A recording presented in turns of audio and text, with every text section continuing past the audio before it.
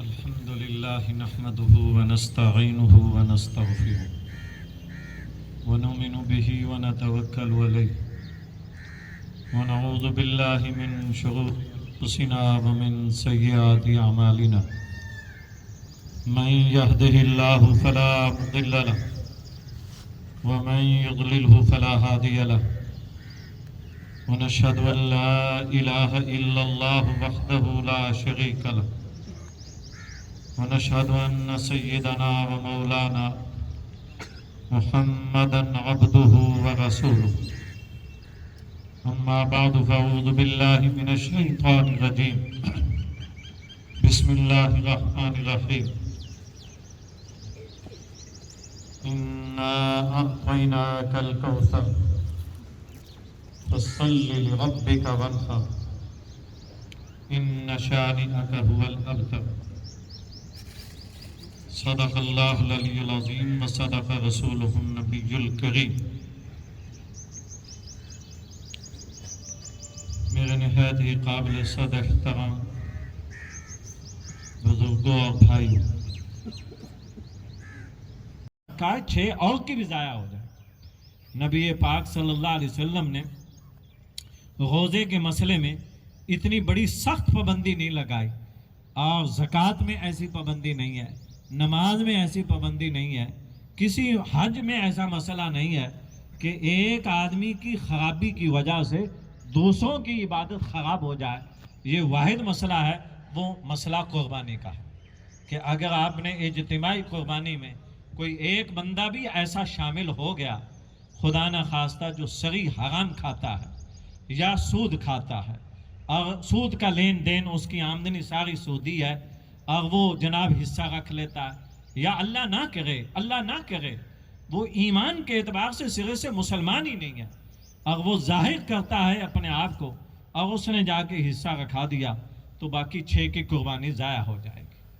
اور قربانی کا مسئلہ ایسا ہے کہ ایک مسلمان کی خرابی کے لیے اتنا کافی ہے کہ وہ یہ کہہ دے کہ یار قربانی آئے گی، ذرا مزے سے گوشت کھائیں گے، جمع بھی کریں گے، اور یہ وہ ہم جانور ایسا ڈھونڈیں گے زیادہ سے زیادہ اس کو یوں جمع کریں گے، اس کو یوں جمع کریں گے۔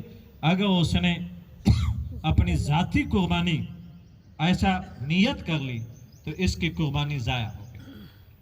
قرآن کریم نے بڑی عجیب قربانی کا فلسفہ بیان کیا۔ مثلا یہ عبادت میں ایک واحد عبادت ہے جو آنکھ جھپکنے سے پہلے اس بندے کی بخشش کا اعلان ہوتا ہے، باقی کوئی عبادت نہیں ہے۔ نماز آپ پوری پڑھ لیں، کوئی عالم آپ کو نہیں کہے گا سلام پھیرنے سے پہلے آپ کو سند دی گئی ہے، لیکن اگر قربانی آپ نے کی ہے، ذبح ہوتے وقت جانور کا گوشت کیا نام ہے خون ابھی زمین پہ گرا نہیں، میری آپ کی اگر نیت درست ہے تو وہ خون بعد میں گرے گا۔ اللہ اپنے فرشتوں کو کہتا ہے میرے بندوں کو کہہ دو کہ تجھے ہم نے معاف کر دیا، ہم نے تجھے اپنے قریب کر لیا۔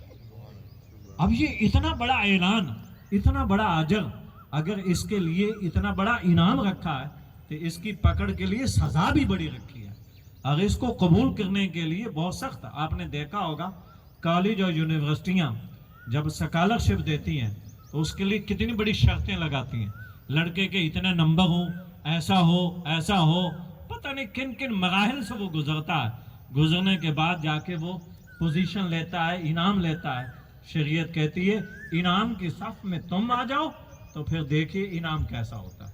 اور تمہارے لیے انعام لینے کے لیے تو بس آسان سا طریقہ بتایا، فرمایا کہ ہم یہ نہیں تجھے چیک کریں گے، کوئی فرشتہ نہیں بھیجیں گے کہ تیرے جانور کو چیک کرنے کے لیے جائے اس کے پیسے کتنے تھے۔ کسائی تو پوچھ لے گا ذبح کے وقت کہ تیرے پیسے کتنے ہیں، کتنے کا جانور لایا، ریٹ میں اتنا لگاؤں گا، لیکن میرے رب کبھی نہیں پوچھے گا تو نے میرے نام پہ قربانی کی ہے، یہ 30,000 والی کی ہے یا 30 لاکھ والی کی ہے، کتنی کی ہے، یہ اللہ نہیں پوچھے گا۔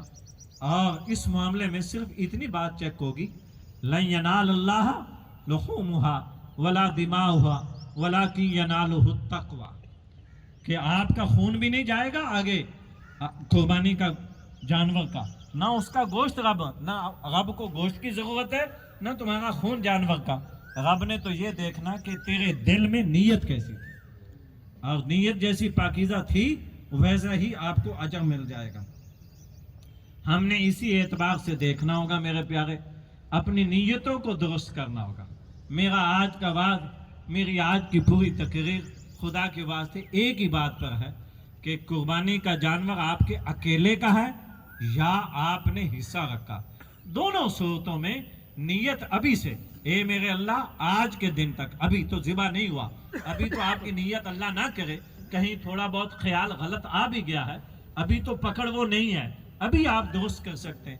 اے میرے اللہ میرے دل میں دماغ میں کوئی بھی ایسی نیت، کوئی خیال آ گیا جو تجھے پسند نہیں، میں اس سے توبہ کرتا ہوں۔ میرا قربانی کرنے کا مقصد صرف اور صرف تجھے راضی کرنا ہے، باقی میری کوئی غرض نہیں ہے، کسی قسم کی میری کوئی غرض نہیں ہے، میں نے صرف تجھے راضی کرنے کے لیے کیا ہے۔ اس سے فائدہ کیا ہوگا میرے پیارے؟ آپ کی دیر اتنی کہ لگے گی توبہ کی اور نیت درست کرنے کی، آپ کا اپنا بھی مزہ ہو گیا، اور جہاں جہاں آپ کا کوئی حصہ رکھا ہوا ہے سب کا جناب قربانی قبول ہو جائے گی، اور اس میں کوئی دیر نہیں لگے گی۔ اس معاملے میں آدمی کو بخل نہیں کرنا چاہیے، سچی توبہ کرنی چاہیے۔ اور یہ عید الاضحیٰ، میں نے عید الفطر میں بھی یہ مسئلہ بتلایا تھا، اور اب میں پھر آپ کو یاد دہانی کے طور پر عید الاضحیٰ کا ہمارا ٹائم معلوم کرنے کے لیے کبھی بھی آپ کو پوچھنے کی ضرورت نہیں۔ جو ہی سورج طلوع ہوگا اس کے 20 منٹ بعد جماعت اشراق کا ٹائم شروع ہو جاتا ہے، انشاءاللہ جماعت کھڑی ہو جایا کرے گی۔ جب میں خود زندہ رہوں، میری جگہ پہ کوئی عید پڑھائے کوئی بھی شخص، یہ عید الاضحیٰ کا ہمارے ہاں مسنون وقت، اول سے اول وقت وہ یہی ممکن ہے، اس کے علاوہ اس سے جلدی ممکن نہیں ہے۔ ابھی 2-3 منٹ بعد میں صفیں کھڑی کروا دوں گا۔ دوسری بات پھر یاد دہانی کہتا ہوں، عید الفطر رمضان کی، اس کو آپ کبھی اس پر قیاس مت کریں۔ آپ کہیں کہ وہ بھی اتنی جلدی ہو، وہ بھی اگر آپ اتنی جلدی پڑھیں گے تو مکروہ ہوگی، نبی پاک صلی اللہ علیہ وسلم نے اس کو جلدی نہیں پڑھا. وہ سورج طلوع ہونے کے بعد کم از کم 1 گھنٹے کا وقفہ ہونا چاہیے. 1 گھنٹے کا. 1 گھنٹے بعد مثلا سورج کا طلوع 6 بجے ہے تو عید الفطر جو ہے وہ 7 بجے ہونی چاہیے. 7 بجے سے پہلے نہیں. لیکن عید الاضحیٰ قربانی والی عید یہ اشراق کا ٹائم شروع ہوتے ہی. اشراق کا ٹائم کا مطلب یہ ہے سورج طلوع ہوگا اگر 5:15 تو آپ آسانی سے 5:35 کے بعد جماعت کھڑی کر سکتے ہیں. ہم تو آپ کے ابھی جماعت کھڑی کرنے کے لیے ابھی ذہن بول رہے ہیں تو ہمارے پاس یہ گنجائش موجود تھی. اگر اب سورج کا طلوع 5:17 پہ ہے تو ہم اسی حساب سے 2 منٹ آگے چلے جائیں گے. یہ ہے اول وقت جو نبی پاک صلی اللہ علیہ وسلم. اب رہی بات یہ قربانی جلدی پڑھی کیوں جاتی ہے. اس کے پڑھنے کا مطلب یہ ہے اگر آپ قربانی جلدی پڑھنے کے بعد آپ ملنے ملانے میں آدھا گھنٹہ لگا دیتے ہیں, آپ مجھے بتائیں آپ کے جلدی پڑھنے کا کیا فائدہ ہوا. آپ کو جلدی کیوں کہا گیا؟ وہ جلدی اس لیے کہا تھا کہ عید پڑھتے ہی فوراً جاؤ اور جا کر قربانی کا جانور ذبح کرو یا کرواؤ اور اللہ اکبر تکبیرات پڑھتے ہوئے چلے جاؤ تاکہ تیرے قربانی کا گوشت جلدی سے جلدی خدا کے مہمانوں کے پاس پہنچ جائے. تقسیم تو کرے گا. رب نے کہا یہ آج میرا نمائندہ ہے. حالانکہ ظاہری طور پر رزق بھی اسی نے دیا, ہاتھ بھی اسی نے دیے, پاؤں بھی اسی نے دیے, سب کچھ. اللہ فرماتا پھر بھی تو نے کیا ہے میری طرف سے, میرے بندوں کی آج مہمانی ہے. اور اس لیے سنت یہ ہے کہ گھنٹہ 1.5-2 انتظار کر لینا چاہیے کہ سب سے پہلے منہ میں قربانی کا گوشت ہی جانا چاہیے. اور اس معاملے میں آپ کو پرہیز بھی ہو تو میں ہمیشہ کہا کرتا ہوں آج کے دن پرہیز بغیر نہیں. دیکھو آپ کو یہ نہیں کہتا آپ 1 کلو کھائیں, یہ نہیں کہتا آدھا کلو کھائیں, یہ نہیں کہتا 1 پاؤ کھائیں. مثلا سنت سمجھ کے 1 نوالا 2 نوالے 3 نوالے لے لو اور اس نیت سے اے اللہ اس کو میرے لیے شفا بنا دے تاکہ آئندہ کے لیے قربانی کا گوشت میرے لیے مضر نہ ہو. علماء نے لکھا ہے, حضرت حسن بصری کہتے ہیں جس بندے نے قربانی کا گوشت اس نیت سے کھا لیا اے اللہ میرے وجود کے لیے باعث رحمت بنا دے, پرہیز تھی بھی صحیح تو اللہ اس لائق بنا دے گا, اس کی پرہیز ختم ہو جائے گی, اس کو اس قابل بنا دے گا. تو اس لیے اسے ثواب سمجھ کے اب تکبیرات تشریق جو ہوتی ہیں ہر نماز کے بعد یہ 13 ذوالحجہ اتوار کی عصر تک پڑھی جائیں گے, مرد ہو یا عورت ہو. اور اسی طرح آپ راستے میں جائیں گے پڑھتے ہوئے جائیں گے اونچی آواز کے ساتھ. عید کی 2 رکعتیں ہوتی ہیں. ابھی 2 رکعتوں کو دونوں کی دونوں واجب ہیں. نیت یہ ہے 2 رکعت نماز عید الاضحیٰ واجب, 7-6 تکبیرات کے پیچھے اس امام کے اللہ اکبر. یہ دل میں یہ جو میں نے جملے کہے اس کا تصور خیال کرنا, بس یہی آپ کی نیت ہے. یہ لفظ آپ کو آئے تو یہ تو یاد دہانی کے, اصل تو دل کی توجہ کا نام نیت ہے. اور صفیں آپ درست کریں گے. پہلی رکعت میں سبحانک اللہم و بحمدک کا پڑھ کے میں 3 تکبیرات 2 کہہ کے ہاتھ چھوڑ دوں گا, تیسرے پہ ہاتھ باندھوں گا. آپ بھی 2 تکبیرات پہ ہاتھ چھوڑیں گے, تیسرے پہ ہاتھ باندھیں گے.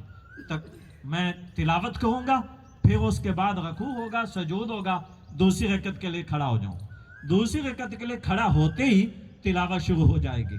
اس کے بعد جب میں رکوع جانے لگوں گا اس سے پہلے 3 تکبیرات کہوں گا, ان تینوں میں ہاتھ چھوڑنے ہوں گے اللہ اکبر کہہ کے. یہ ہے. اس کے بعد دعا ہوگی, فوراً خطبہ ہوگا, پھر آپ کو میری طرف سے ایڈوانس آپ کی قربانی اللہ قبول بھی فرمائے, مبارک. اور آپ ابھی اپنی صفیں درست فرما لیں.